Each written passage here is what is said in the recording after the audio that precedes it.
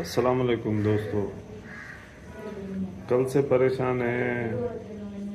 Vlog बनाना था, जैसे कि कल व्लॉग बनाना था तो उसकी भी शूटिंग नहीं की, और आज का व्लॉग बनाना है, यानी कि कल का नागा हो गया व्लॉग बनाने के लिए, तो उसकी भी शूटिंग नहीं की।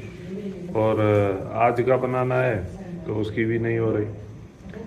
बस यही सोचे, परेशानी है, समझ में नहीं आ रहा कि व्लॉग बनाएं, शूटिंग करें तो क्या करें। क्योंकि अभी घर से बाहर मेरा जाना नहीं हो रहा, घर के अंदर ही बैठा हुआ हूँ। तो यूट्यूब पर देखा मैंने कहा यूट्यूब पे चलो देखते हैं कि लोग कैसे व्लॉग बनाते हैं।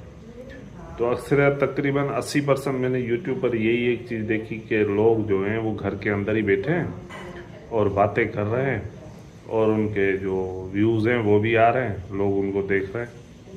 अब मुझे ये समझ में नहीं आ रहा कि एक बंदा खाली बैठ के बात कर रहा है, कोई मौजू भी नहीं, कोई टॉपिक भी नहीं, कुछ दिखा भी नहीं रहा, पर लोग फिर भी उसे देख रहे हैं, फिर भी उसे सुन रहे हैं।